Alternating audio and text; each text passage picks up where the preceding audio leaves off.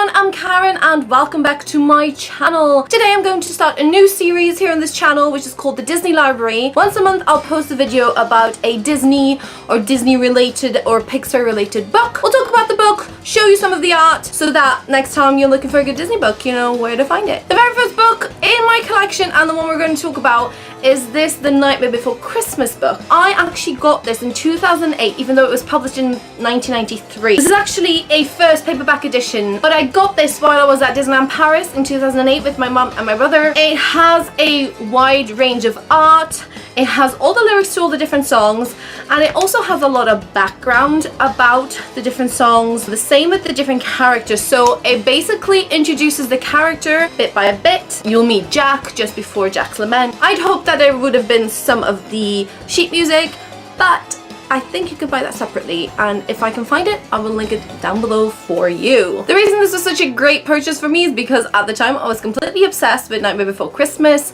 It's still one of my favorite films. I watch it at least twice a year, once around Halloween, once around Christmas, because, well, why not? One of the most interesting parts about this book, in my opinion, was the art and the vision. So it started off with a poem that Tim Burton wrote and illustrated for himself. I also found it incredibly interesting to see how the film was created from idea to storyboards to actual film. One of the most fascinating comments for me was that very often they would over storyboard, so they'd have tons of different shots lined up and then realized for the storytelling they needed much less, which to me was a surprise. Like, it would be the other way around. I also found it fascinating how Jack's expressions are basically a range of heads that they molded and sculpted and they just pop them on and off. So there's so much about the stop motion kind of capture that I found really interesting, and they really go into detail as to how everything was produced and made. Another really interesting aspect that the book explores is Tim Burton's relationship with the Disney company. He mentioned that a lot of what he works with is about